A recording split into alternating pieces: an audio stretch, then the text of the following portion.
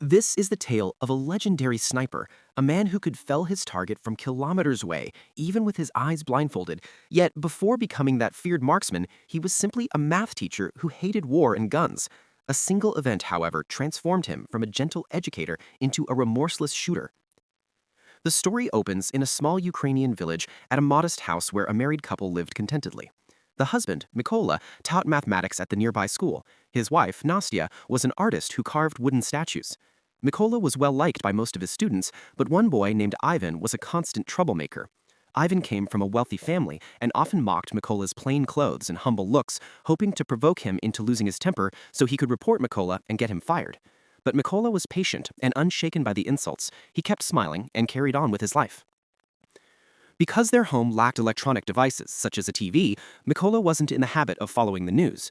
One morning at school, however, he learned from a colleague's television that Russia had launched an attack on Ukraine, with many soldiers killed and territory captured. That same evening, Mykola returned home to joyous news. Nastya was pregnant. The couple celebrated the coming child, thrilled at the prospect of becoming parents. The next day, Mykola pedaled off on his bicycle to school after saying goodbye to Nastya. On his way, he noticed two soldiers standing by the roadside, smoking. Their uniforms looked different from those of Ukrainian troops. He briefly wondered if military attire had changed and went on without paying much attention. When he arrived at the school, he found it deserted. Not a single student had come. Disturbed, he watched the TV in the empty building and realized with growing dread that those soldiers he had seen were not Ukrainian. Russian forces had entered the area. Panic gripped him, for his wife was home alone. He raced back on his bicycle, but by the time he arrived, it was too late. Two Russian soldiers were beating Nastya. Mykola tried to stop them and was beaten as well. He pleaded, "Please don't beat me, my wife is pregnant," but his words were ignored. One of the soldiers ransacked their house. Finding nothing of value, he became enraged, set the home on fire, and prepared to leave. In a last, desperate act, Nastya grabbed a stone and struck at the soldiers. One of them fired, and she fell dead instantly. Mykola felt the world collapse beneath him as he cradled his wife and wept. Hours later, two Ukrainian soldiers arrived. They mourned with him, offered their condolences, and helped dig a grave for Nastya. After they completed the burial, Mykola was left utterly broken. The invaders had taken his wife, destroyed his home, and murdered the child she carried. Grief turned to a white-hot need for revenge. He resolved that he would find and kill the Russian soldier who had shot Nastya, no matter the cost. The only path to that vengeance, he believed, was to join the Ukrainian army, so he begged the two soldiers to take him with them and let him fight. The soldiers agreed and took Mykola to their military base in their vehicle. Before leaving, Mykola took a small wooden statue made by his wife, the one she had carved to protect him. When they reached the military base, their senior officer became angry after seeing Mykola. He refused to recruit him, suspecting that Mykola might be a spy. But when the senior officer received full information about Mykola from the two soldiers, Mykola told him everything.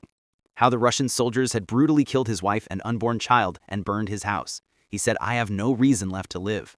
I only want to free my country by killing those Russian soldiers."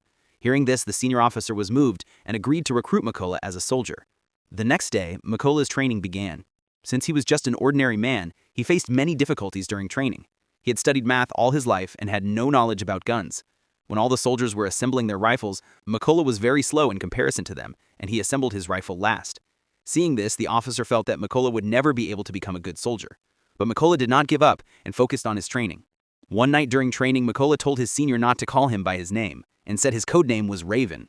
When the others heard Raven, everyone started laughing. The senior told him that code names are not earned easily and that a soldier must perform great feats for the country to deserve one. Mykola did not take this negatively and began working even harder. He practiced late into the night while the other soldiers slept.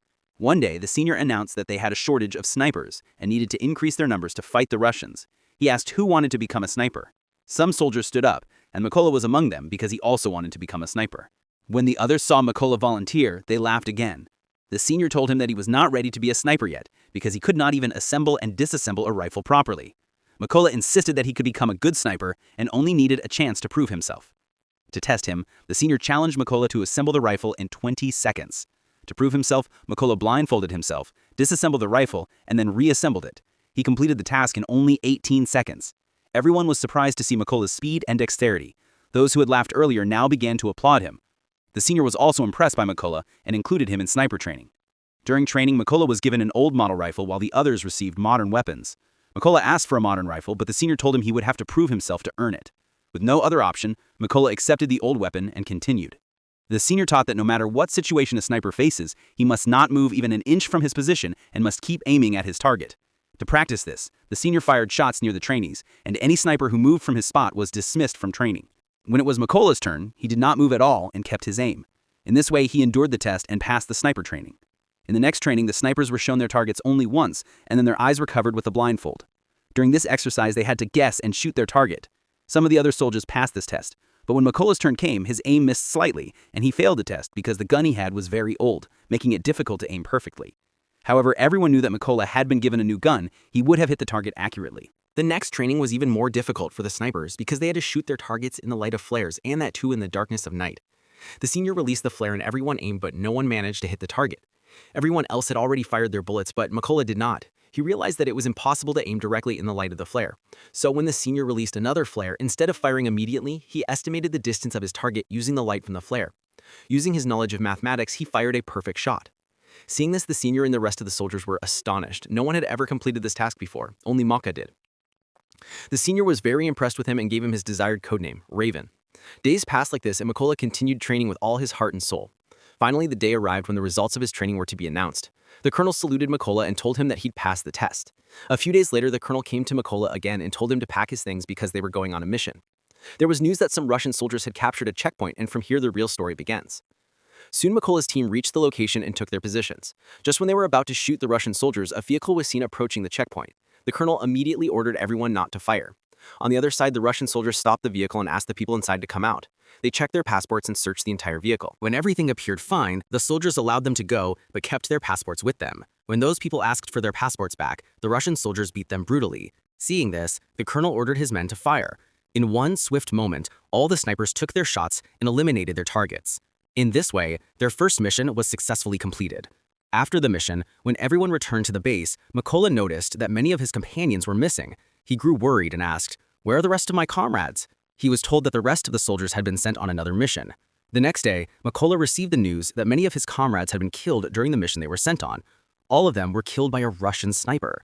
The name of that sniper was Siri, and he was the best sniper in Russia. A few days passed like this, and McCullough left for his next mission with his team. After reaching the location, they laid mines all around and took their positions. After a while, Russian soldiers arrived at the spot, and among them was Ivan, the same boy who used to trouble McCullough in school. Now, Ivan had joined the Russian army. As soon as the colonel gave the order to shoot, McCullough hesitated because he didn't want to kill his former student. But then McCullough pushed his emotions aside and shot at the landmines placed nearby.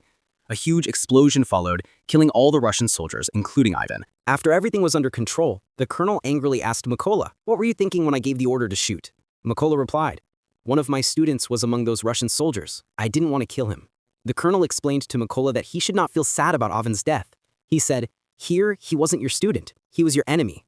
Joining the Russian army was his own decision, so you don't need to feel bad for him." After completing the mission, they all returned to their base camp.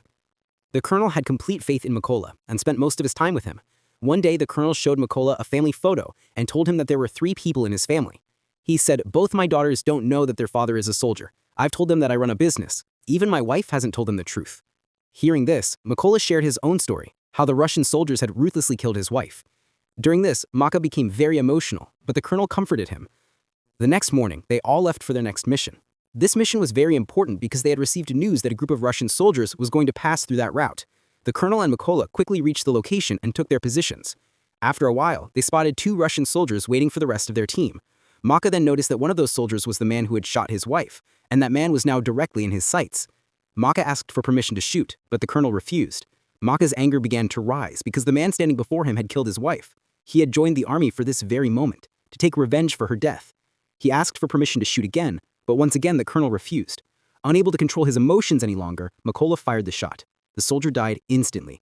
But the bad part was that the Russian soldiers now knew their location. The colonel turned to McCullough and shouted, "What have you done?"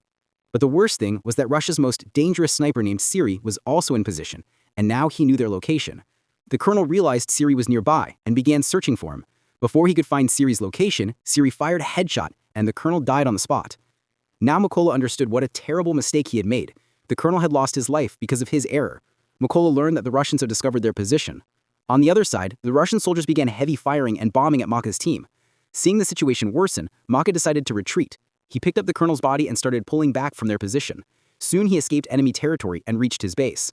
Maka was devastated by the colonel's death and blamed himself for it. He vowed that he would kill Siri and avenge the colonel. Soon Makola received news of 2 Russian snipers, and he immediately left for his next mission. He reached the location, took aim, and sat down. Soon, he killed one of the snipers. Does not change position and hunts his enemies from a single location. Now the plan was made. They would approach Siri's location with 2 teams. According to the plan, the first team would attack the Russian soldiers from the front, and while they were occupied, the second team would strike from behind. Taking advantage of that diversion, Makola would enter the building and kill Siri. After the plan was finalized, they left for the location. On reaching the site, all the snipers took their positions and began aiming. Meanwhile, Mola also secretly entered the building, where he saw 2 Russian soldiers engaged in conversation. Without delay, Mola killed both of them and moved deeper into the building. Makola gave a signal to his team according to the plan. As soon as the signal was received, the snipers there opened fire and killed the Russian soldiers. On the other hand, Siri noticed that none of his companions were reporting to him. He felt something was wrong, so he went to the roof of the building. A Russian sniper was already present on the roof, but when Siri reached him, he found that the sniper was dead. Panic rose in Siri's chest as he realized that Ukrainian soldiers had surrounded him from all sides. He contacted his base for backup, but they said it would take another 10 minutes for reinforcements to arrive. Hearing this, Siri hurried back to his position and started searching for Ukrainian soldiers. Then he noticed a small statue placed on the table in front of him. The same statue Makola had left there, which had been made by Makola's wife. Before Siri could react, Makola attacked him and stabbed him to death. The scuffle alerted another sniper in the building, who became more alert. Before that sniper could do anything, Makola threw a grenade near him and the sniper was killed in the explosion. After some time, the backup team Siri had called also reached the building, unaware that Siri was already dead. When they tried to contact Siri, Makola answered the call and told them that they were all going to die. Then he shot the truck driver. As soon as the shot rang out, there was chaos among the Russian soldiers and they scrambled out of the truck. They were unaware that Ukrainian snipers were lying in ambush for them. The Ukrainian soldiers opened fire fiercely and killed the Russians one by one. A few days after this mission, Makola went to his wife's grave. He felt that the promise he had made to her had now been fulfilled because he had killed all those responsible for killing his wife and the colonel. Here Nicholas swore that he would continue to serve his country till his last breath, and saying this he left from there, and with this the film ends. If you like the video then please subscribe to our channel.